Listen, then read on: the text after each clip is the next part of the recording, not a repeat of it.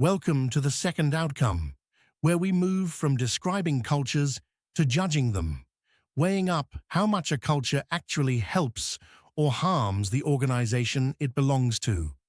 It's here that you learn to argue both sides and reach a supported conclusion, which is exactly what the assignment will ask of you. It's tempting to file culture away as a soft, fuzzy idea, but it has hard effects on performance. Culture shapes how hard people work, how well they look after customers, and how quickly a firm can adapt when the world shifts. For this criterion, we compare that link in contrasting organizations. And it's worth remembering that success means different things in different places. For one firm, it's profit and growth. For another, it's customer loyalty, staff retention, or reputation. So how do we actually measure success? Broadly, it falls into three baskets. Financial measures cover profit, revenue growth, market share, and returns to shareholders. People measures look at staff engagement, retention, that is keeping turnover low, and productivity. And customer measures track satisfaction, loyalty, repeat business, and reputation. A company like Greg's would point to all three: strong profits, low staff turnover, and a genuinely loyal following on the high street. Here's the mechanism by which culture drives success, and notice it's indirect. A supportive culture sets shared values and norms that guide everyday behavior. Those values lift motivation and commitment, and motivated staff behave consistently, give better service, and come up with better ideas. That, in turn, feeds through into stronger performance. The key point is that culture doesn't work by magic. It works through people and their behavior, which is why its effects can take time to show. Let's spell out the ways a healthy culture supports success. A shared sense of purpose lines everyone up so they're pulling in the same direction. Strong service values improve the customer experience and build loyalty, the sort of thing you feel at a well-run First Direct call center. A culture of trust and openness encourages people to speak up with new ideas and to keep improving. And lower staff turnover cuts the cost of constant recruitment while keeping precious know-how inside the business.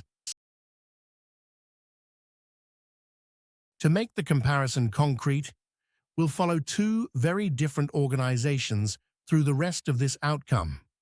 The first is a UK software company built around small project teams and technical expertise.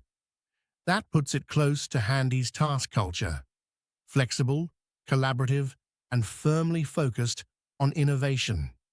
Its success comes from speed, creativity, and its ability to attract skilled people, and its culture rewards experimentation and learning from failure, much like the early days of a firm such as Monzo. The second organization is a long-established UK retail bank, organized into departments with detailed procedures for almost everything. That places it close to Handy's role culture: hierarchical, rule-based, and prizing stability. Its success rests on trust, reliability, compliance, and careful control of risk, and its culture rewards accuracy, following procedure, and protecting customers' money. Where the software firm celebrates bold experiments, the bank celebrates getting it right every single time. Setting the two side by side sharpens the contrast. The tech firm is flat and team-based, the bank a tall hierarchy. Decisions at the tech firm are fast and delegated, while the banks are careful and tightly controlled. The tech firm prizes innovation and agility. The bank prizes stability and compliance. Success shows up as new products and growth on one side, and as trust, low risk, and reliability on the other.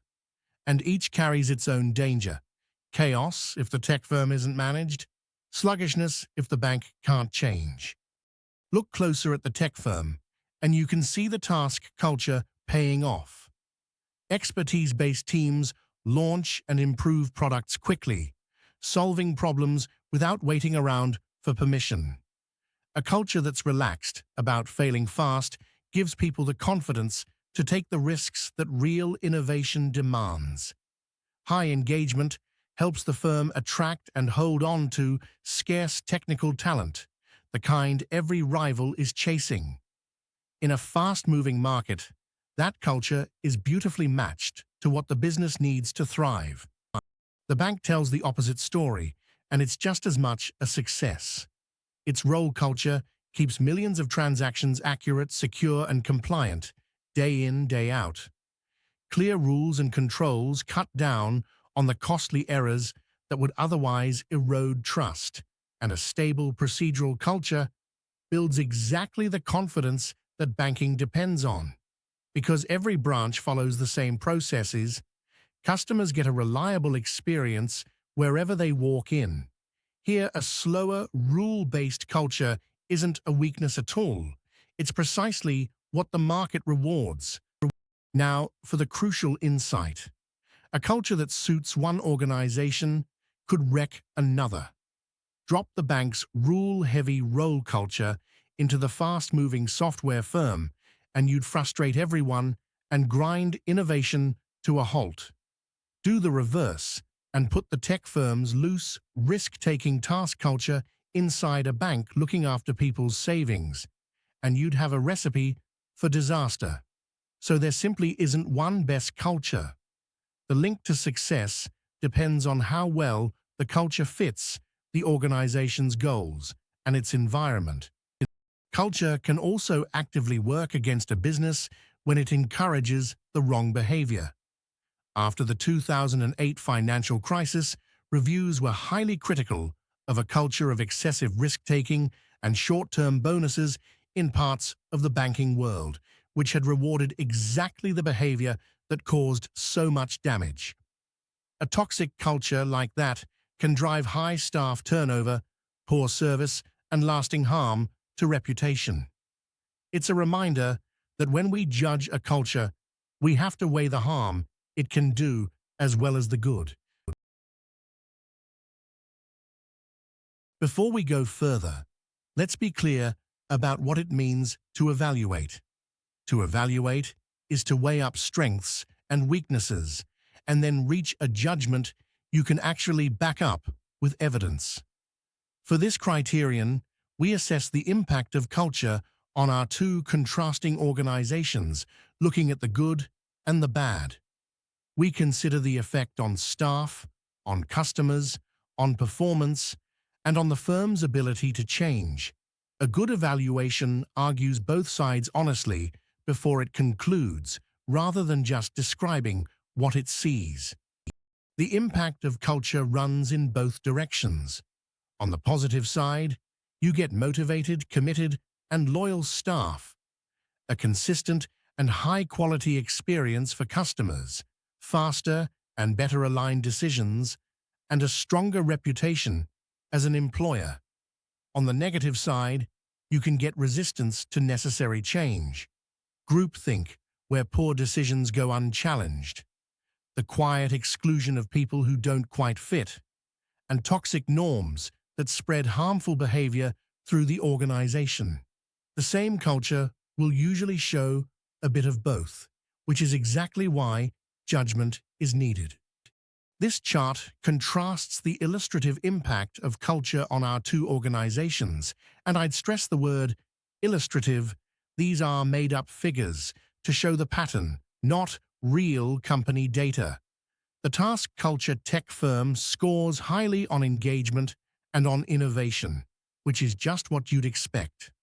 The role culture bank scores highly on stability, with noticeably lower staff turnover. Neither one is simply better than the other. Each culture is strong in different places, and the trick is to read those strengths against what the business is actually trying to do. Let's zoom in on the people. Culture has a powerful effect on how staff feel about their work and whether they choose to stay. A positive culture lifts engagement, well-being, and productivity, so people give more and stick around longer. A negative or relentlessly high-pressure culture does the opposite, breeding stress, absence, and high turnover. And because replacing skilled staff is so expensive, that impact on employees quickly becomes an impact on performance too. What happens inside the culture spills straight out to customers. How staff treat the people they serve flows directly from the culture they work in, so a genuinely service-focused culture builds loyalty, repeat business, and warm word of mouth. A culture that puts short-term targets above the customer does the reverse, chipping away at trust and, before long, at sales. Over time, all of this surfaces in the hard numbers, in profit, in growth, and in reputation. Pulling the evaluation together across both firms is revealing. On staff, the tech firm enjoys high engagement but carries a real risk of burnout, while the bank offers security that can start to feel rigid. On customers, the tech firm delivers innovative products, the bank a reliable, trusted service. When it comes to change, the tech firm adapts quickly, while the bank is slow to shift. And each has its own main danger: loss of control at the tech firm and falling behind rivals at the bank. Here's a cautionary example that ties it together. Picture a firm with a strong, high-pressure sales culture that keeps smashing its short-term targets but treats customers badly to get there. The positive impact is real enough: plenty of drive, sharp focus, and impressive early sales. But the negative impact catches up fast. The pressure tips staff into mis-selling. Complaints pile up, and people burn out. Over time, the damage to reputation and the cost of losing staff outweigh those early gains, which tells us a strong culture is only a merit when its values are healthy and sustainable. One reason all this matters so much is that culture is genuinely hard to change. Because it runs deep and is largely hidden, you can't simply announce a new culture on Monday morning and expect it to stick. Shine's model reminds us that those basic assumptions sit well below the surface and stubbornly resist quick fixes. Real change tends to need consistent leadership, fresh role models, and above all, time. That's precisely why judging a culture carefully is worth the effort. Its weaknesses can't just be switched off overnight. So what's our overall judgment? Both organizations succeed, but through very different cultures, each suited to its own market. The tech firm's task culture drives the innovation it lives on, while the bank's role culture delivers the trust and stability its customers demand. Yet each culture carries a risk: loss of control on one side and resistance to change on the other. The honest conclusion is that you can't judge a culture in isolation. Its merit depends on how well its values fit the organization's goals, its people, and its environment. It's only fair to admit the limits of this kind of judgment. Culture is hard to measure precisely, so any assessment leans partly on interpretation. Artifacts can easily be misread. A fun, colorful office doesn't prove there's a healthy culture underneath. And success depends on plenty of other things besides culture, from strategy and finance to the state of the market. A careful evaluation therefore treats culture as one important influence among several, rather than the single explanation for everything. Let's draw the threads together. Organization culture affects business success through its impact on staff behavior, on customers, and on the ability to change.